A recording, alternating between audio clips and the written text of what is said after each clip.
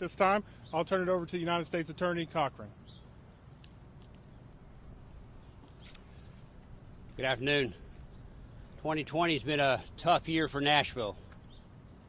Started back in March with the devastating tornadoes that we had that tore through some of our neighborhoods.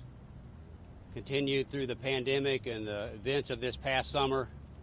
And now this. The cowardly bombing on Christmas morning right here in the heart of our downtown.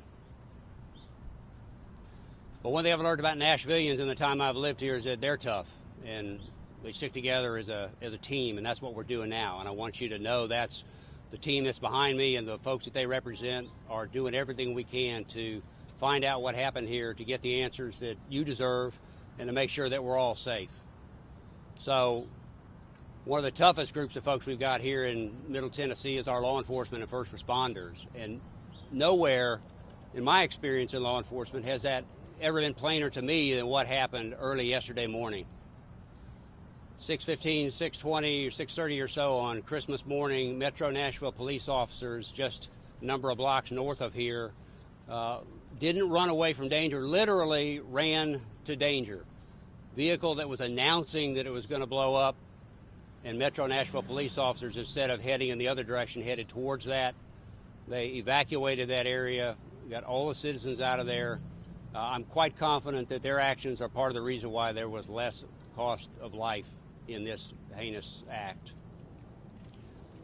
Starting yesterday morning, we had a task force came together. It isn't a one-time thing. This is what we do all the time.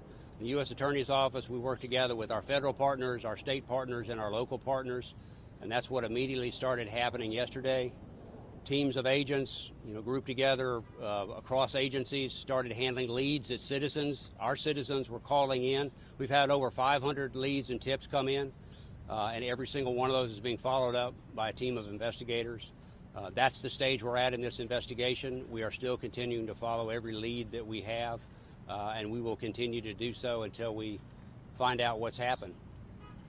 We also have national resources here. The Department of Justice, the Acting Attorney General has told me any resources we need, we can have. The FBI and the ATF have sent their most specialized bomb technicians here to Nashville. And as we speak, they are north of here a number of blocks at a massive crime scene, doing what they do, and doing, frankly, what they do better than anyone else in the world. And it's quite a challenge. Having been up there and seen that scene, it's like a giant jigsaw puzzle created by a bomb that throws pieces of evidence across multiple city blocks. And they've got to gather it, they've got to catalog it, they've got to put it back together and try to find out what the picture of that puzzle looks like. But there's no one better to do it than the folks we've got on the ground here in Nashville, Tennessee right now. So that's going on as we speak. The investigations of the leads is going on as we speak.